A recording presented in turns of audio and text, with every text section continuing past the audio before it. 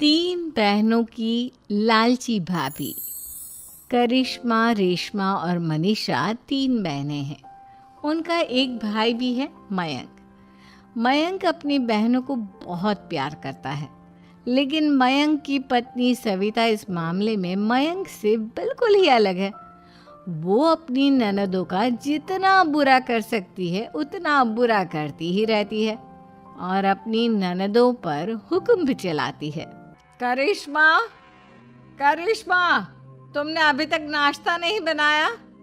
तुम्हारे भैया को ऑफिस जाने में देर हो रही है। हाँ भाभी, बस अभी बनाती हूँ। करिश्मा, तुम ये ढीलापन छोड़ दो। कल को पराए घर जाना है। वहाँ अगर तुम इस तरह से काम करोगी तो लोग क्या कहेंगे कि माँ ने और भाभी ने कुछ सिखाया नहीं। और तुम्हारी दोनों बहनें कहाँ हैं? अब रेशमा मार्केट गई है और मनीषा सो रही है। क्या? सुबह के 8 बज रहे हैं और ये महारानी अभी भी सो रही है? ये कहते हुए सविता अपनी सास दुर्गा देवी के पास जाती है। माँ जी, देख रही हो अपनी बेटियों के तौर तरीके? क्या हुआ बहू? सुबह सुबह क्या कर दिया मेरी बेटियों ने? अरे, एक तो अभी अभी उठकर किचन में गई है, दूसरी सुबह सुबह बाहर चली गई और तीसरी अभी तक सो रही है। क्या करूं मैं इन तीनों का? मैं तो परेशान हो गई हूँ। जा जाकर उठा उससे और रेशमा से मैं बात करती हूँ।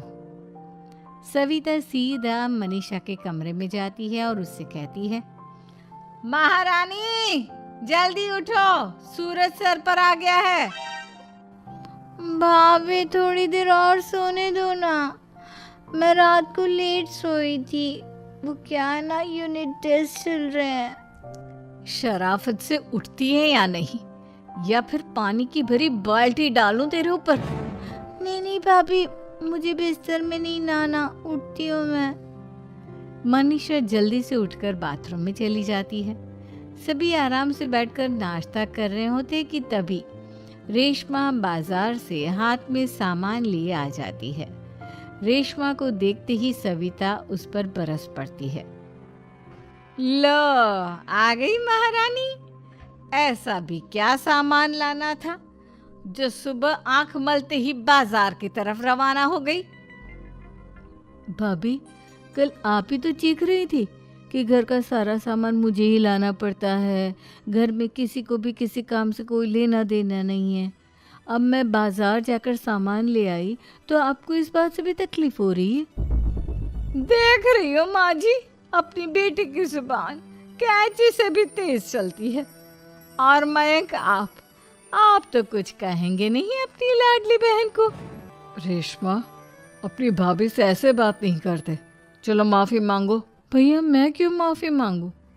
आप भाभी से बोलिए ना कि हम पर कम हुक्म चलाया करे।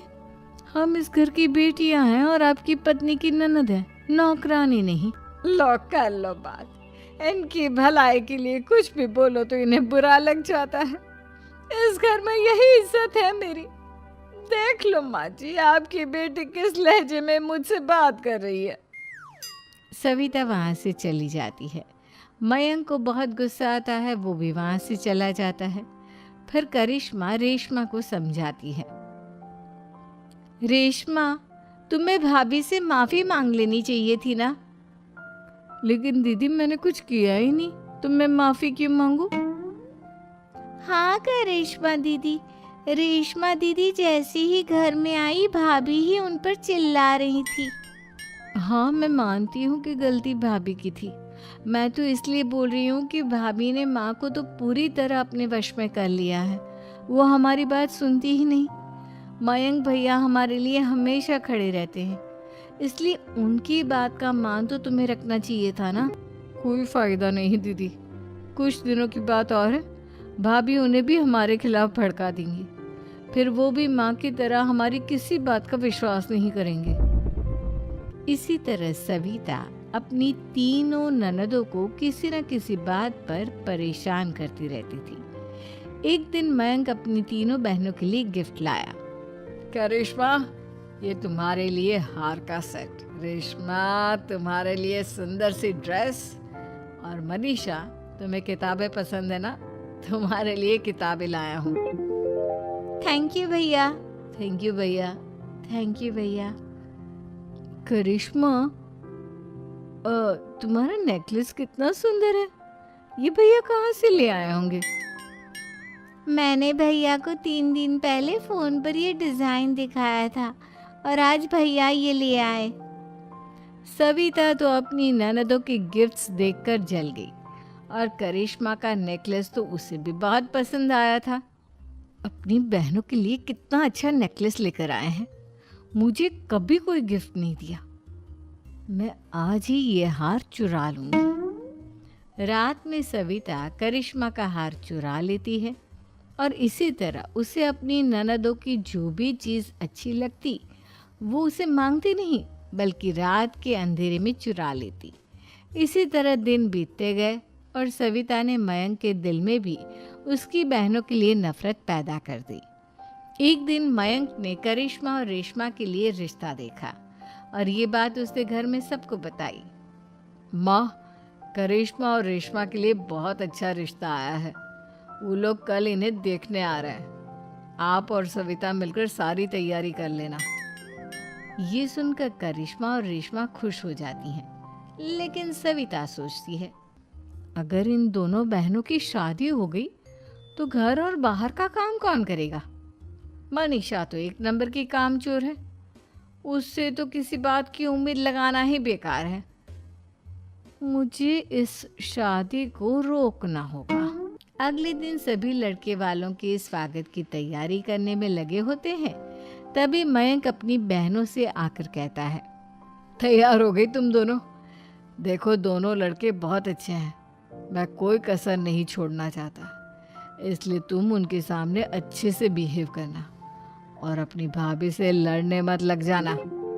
करिश्मा, तुम वो नेकलेस पहन लो ना जो मैं तुम्हारे लिए लाया था। भैया, मैं बहुत देर से वो नेकलेस ढूंढ रही हूँ, लेकिन मुझे मिल ही नहीं रहा। क्या तुमने नेकलेस खो दिया? तुम्हें पता भी है वो कितना महंगा था? तुम कोई काम ढंग से नहीं कर सकती। मयंक गुस्से में वहां से चला जाता है। थोड़ी देर बाद लड़के वाले भी आ जाते हैं। वो दोनों बहनों को पसंद कर लेते हैं और रिश्ता पक्का हो जाता है। लेकिन सविता के दिमाग में तो कुछ और ही खिचड़ी पक रही थी। वो पंडित जी के पास करिश्मा की कुंडली लेकर जाती है और उन्हें पैसे देकर करिश्मा की कुंडली बदलवा देती है। जब लड़के वालों के पास करिश्मा की कुंडली जाती है तो वो दुर्गा को फोन करते हैं। बहन जी, हमने करिश्मा की कुंडली अपने पंडित जी को दिखाई थी। आपकी बेटी की कुंडली नहीं बल्कि दोषों का पिटारा है। देखिए, मैं और मेरे पति इन सब बातों में बहुत विश्वास करते हैं, इसलिए हम आपकी बेटी से अपने बेटे की शादी नहीं करा सकते। इस तरह करिश्मा का रिश्ता टूट जाता है और सभी घर वालों को बहुत दुख होता है। अब कविता सोचती है, चलो करिश्मा का तो रिश्ता टूट गया, अब रेशमा का भी रिश्ता तोड़ना है। क्या करूं क्या करूं? अब सविता आवाज बदलकर किसी अननोन नंबर से रेशमा के होने वाले ससुराल में फोन करती है। हेलो, मैं कौन हूँ कौन नहीं ये आपके लिए जानना ज़रूरी नहीं, बस इतना सुन लो कि रेशमा का 2 साल से किसी के साथ अफेयर चल रहा है। बस रेशमा का रिश्ता तोड़वाने के लिए सविता का इतना कहना काफी था। अब रेशमा का भी रिश्ता टूट गया। मयंक और दुर्गा देवी ने रेशमा को खूब खरी खोटी सुनाई और उससे बार बार उस लड़के के बारे में पूछने लगे। आप दोनों मुझे क्यों परेशान कर रहे हो? अरे कोई लड़का होगा मेरी लाइफ में तो मैं बताऊंगी ना, जब कोई है ही नहीं तो कहाँ से लाऊं मैं कोई लड़का? तो तेरे होने वाले ससुराल वालों को फोन किसने किया था? माँ मैं नहीं जानती किसने फ़ोन किया था, मैं सच कह रही हूँ। मैं तो पहले ही कह रही थी इसकी लगाम खींच कर रखो, लेकिन मेरी सुनता ही कौन है। आप चुप रहिए भाभी, ये सब आपका ही किया धरा है। अब तीनों बहनों को विश्वास हो जाता है कि ये सब उनकी भाभी ही कर रही है। तीनों बहनें अपनी भाभी को सबक सिखाने के लिए एक वकील कर लेती है और घर में हिस्सा मांगना। देखो भैया, माँ बाप की जायदाद में जितना बेटों का हक होता है उतना ही बेटियों का, इसलिए इस घर के 4 हिस्से होंगे और हमें अपना हिस्सा चाहिए। मैंने तुम्हारे लिए क्या क्या नहीं किया और तुम इस घर में हिस्सा मांग रही हो। भैया, आप और माँ हम बहनों की कोई बात नहीं सुनते हो, और भाभी हमारी शादी नहीं होने देगी क्योंकि उन्हें लगता है कि आप हमारी शादी में ज़्यादा पैसा लगाओगे और उन्हें हम जैसी फ्री की नौकरानी कहाँ मिलेगी। तो हम भाभी के साथ तो रह नहीं सकते, हम बहनों को अपना हिस्सा चाहिए। अरे तुम्हें शर्म आनी चाहिए अपनी भाभी पर ऐसा इल्जाम लगाते हुए। वो तुम्हारे बारे में कितना सोचती है। हाँ माँ, भाभी हमारे बारे में बहुत सोचती है। दिन रात बस यही सोचती रहती है कि किस तरह से अपनी तीनों ननदों को परेशान करूं, और कभी मुझे पढ़ने भी नहीं देती। दोनों बहनों का रिश्ता भी तो इन्होंने ही तोड़वाया है, और रात में हमारे कमरे में आकर हमारी चीजें भी चुराती हैं। इसी तरह सविता की तीनों ननदें अपनी बात पर अड़ी रही। अब कोर्ट में तारीख भी शुरू हो गई। जब सविता को लगा कि उसकी तीनों ननद इतनी आसानी से नहीं मानने वाली, तो उसने अपने पति और सास को सारी सच्चाई बता दी और अपनी तीनों ननद से माफ़ी मांगी। मयंक और दुर्गा को भी अपनी गलती का एहसास हो गया। अब सविता खुद करिश्मा और रेशमा के लिए अच्छा रिश्ता ढूंढती है और उनकी शादी करवाती है।